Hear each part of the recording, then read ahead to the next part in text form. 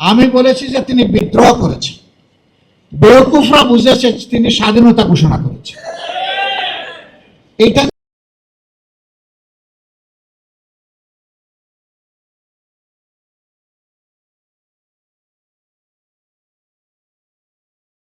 সবচেয়ে বড় দুর্নীতি হচ্ছে মানুষের অধিকার হরণ করা, অযোগ্য লোকদেরকে যোগ্য জায়গায় বসিয়ে দেওয়া, যোগ্যতা সম্পন্ন লোকদেরকে অপমান করে তাড়িয়ে দেওয়া, এটি হচ্ছে সবচেয়ে বড় দুর্নীতি।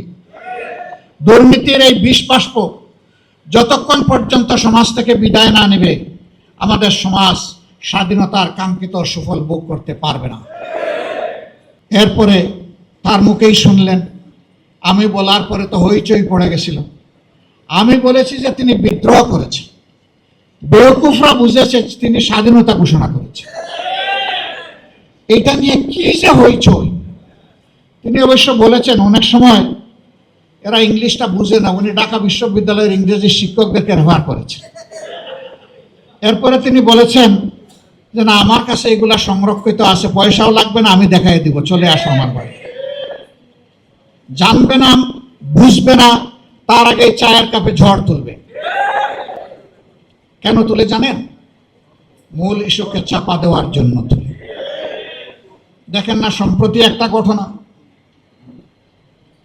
আমাদের এই ঈদ উপলক্ষে আমরা একটা রিসেপশনের আয়োজন করেছিলাম। বিদেশি কূটনীতিবিদরা এবং আমাদের বন্ধুরা এখানে এসেছিলেন।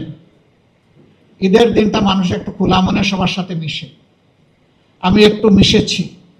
হায় রে আল্লাহ, এটা নিয়ে কি যে অবস্থা।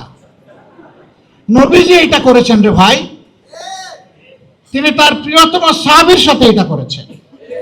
এটা তো আমার নবীর প্রিয় সুন্নত। আমি তো আমার নবীর প্রত্যেকটা সুন্নতকে ভালোবাসি। কে কি বললো না বললো এগুলা পাত্তাই আমি দিই না। তুমি বলতেই থাকো, আমি করতেই থাকবো। হ্যাঁ, মানুষ হিসাবে যদি ভুল করি অনুতপ্ত হব, ক্ষমা চাইবো, কোনো অসুবিধা নাই। কিন্তু আমার শুদ্ধ কাজটাকে ভুল হিসাবে চালিয়ে দিবা আর মনে করবা নিজেই শুধু জ্ঞানী, আর সবাই চোখ বন্ধ করে অথবা উট পাখির মতো ঠোঁট বালিতে ঢুকে বসে আছে, এটা মনে করবা না। দুনিয়া এখন বড় চালাক। তুমি যে রাস্তা দিয়ে হাঁটো, ওই রাস্তা অবজার্ভ করার জন্য তোমার রাস্তায় শত সার্চ লাইট বসে আছে। থাক।